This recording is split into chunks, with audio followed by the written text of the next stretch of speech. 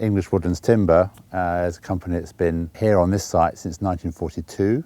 It started cutting beech as part of the requirement for material in the Second World War. A lot of the beech went to the Lee Enfield Rifle Company. Over the years, the company's retained its love of cutting English hardwood, mainly oak, ash, chestnut, and some other minor species like walnut. It's harder and harder to find English hardwoods. Some people have a perception that they are endangered or they shouldn't be cut, but in fact our cutting of English hardwood is just a natural part of the forest management process. What we look for is trees which have a nice sound heart, a beautiful colour, and so when they're cut and they're made into a table or a chest of drawers or a beautiful door frame, that the customer gets a beautiful piece of wood. So all the timber we buy comes mainly from private woodlands, and owners will ring us up when they have a parcel to sell. We'll also contact them if we have any particular requirement. When we buy the log, we identify it with this tag, which in this case is yellow, but different estates will have their own different tag, and that allows us to trace the log right back to the forest where it came from. It makes a nice connection with the final product. The whole log is called a ball, so a 1-inch ball will be kept here for 1 summer, and then it would be ready to kiln. 2 inches would be 2 summers, and 3 inches, so forth. As you cut the log, you get different grain patterns in the same tree. So at the top of the log, these two would be known as crown boards, and in the centre these are centre boards. In ash particularly, you get a beautiful swirly grain pattern, and we have customers that will come specifically for that pattern. In elm, if you were making a traditional Windsor chair, the seat bottom, they love the grain, the natural swirl of the grain. If you ever go into an old Elizabethan house, you'll often see oak panelling, and you'll see that they specifically will use medullary ray quarter sawn oak because it was a demonstration of wealth. One ball, but many different uses and applications of the timber. When we take the log, we'll then cut through and through, and we introduce a stick which separates each individual board and allows the air to just gradually circulate over the surface of the board so that it starts to dry.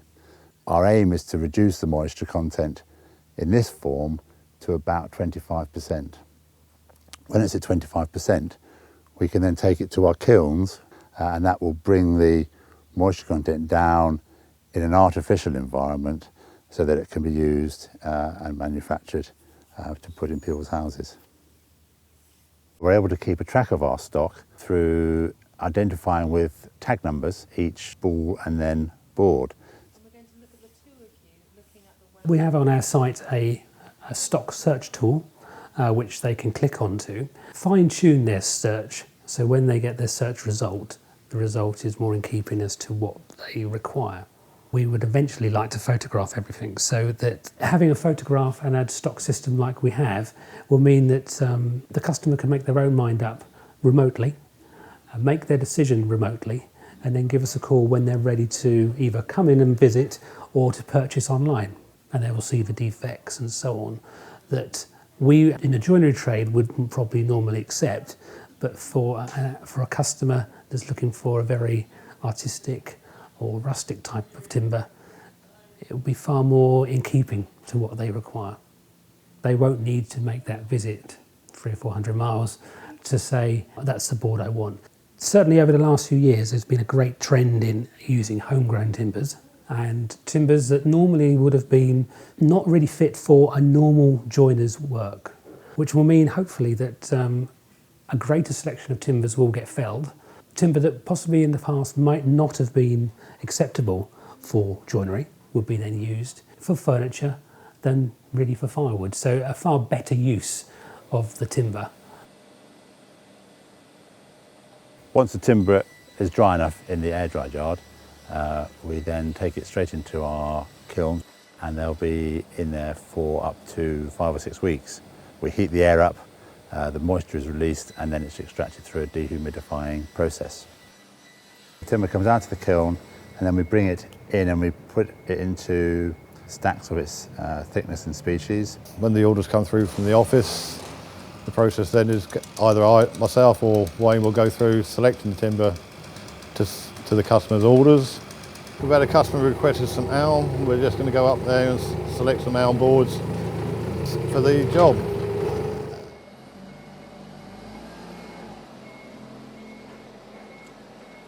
Gentleman wants a tabletop.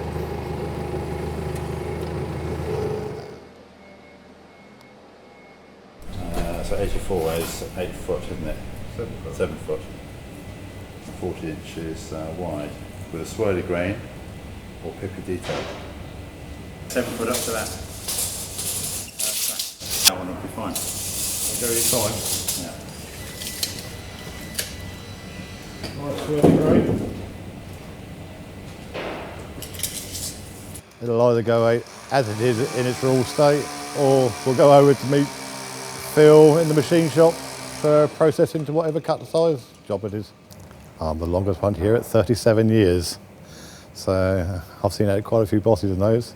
So after all that time, they've put up the shed in my name, Peter Shed. After Peter has picked the timber comes over to me. The first process would be to put the timber through the straight line edger, which is a circular saw with a mechanical feed, which sort of roughly cuts the timber to size. Put it through the Vinig moulder, which is a 6-head moulder, which planes it all round or can do profiles such as tongue and groove, shiplap.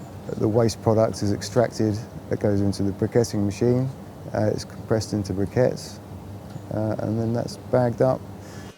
Make sure the quality's up to standard, and then wrap it and get it ready to go. Even though we're cutting old trees down, we have to be very careful about where we source them from.